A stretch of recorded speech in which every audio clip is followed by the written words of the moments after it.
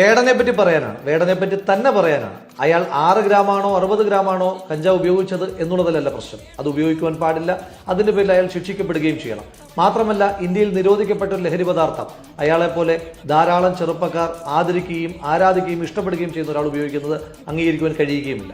പക്ഷേ വേടൻ ഇന്ന് വേട്ടയാടപ്പെടുന്നത് ആ ഉപയോഗിച്ച കഞ്ചാവിന്റെ പേരിലാണോ? അല്ല, അയാൾ ഉയർത്തിയ രാഷ്ട്രീയത്തിന്റെ പേരിലാണ്. അയാൾ ഉയർത്തുന്ന രാഷ്ട്രീയത്തിൽ കൃത്യമായ ക്ലാരിറ്റി ഉള്ളതിന്റെ പേരിലാണ്.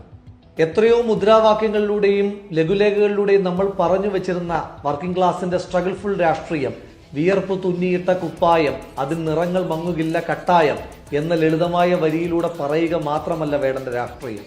കഴിഞ്ഞ എത്രയോ പതിറ്റാണ്ട് കാലമായി അയ്യങ്കാളിയിലൂടെ, അംബേദ്കറിലൂടെ, ഇന്ത്യൻ ഭരണഘടനയിലൂടെ നമ്മൾ മുന്നോട്ട് വയ്ക്കുന്ന ജാതീയതയ്ക്കെതിരായിട്ടുള്ള ജാതിരാഹിത്യത്തിന്റെ, സമത്വത്തിന്റെ രാഷ്ട്രീയം, ഞാൻ പാണനല്ല, പറയനല്ല, പുലയനല്ല, നീ തമ്പുരാനുമല്ലെന്ന വരികളിലൂടെ ഇനി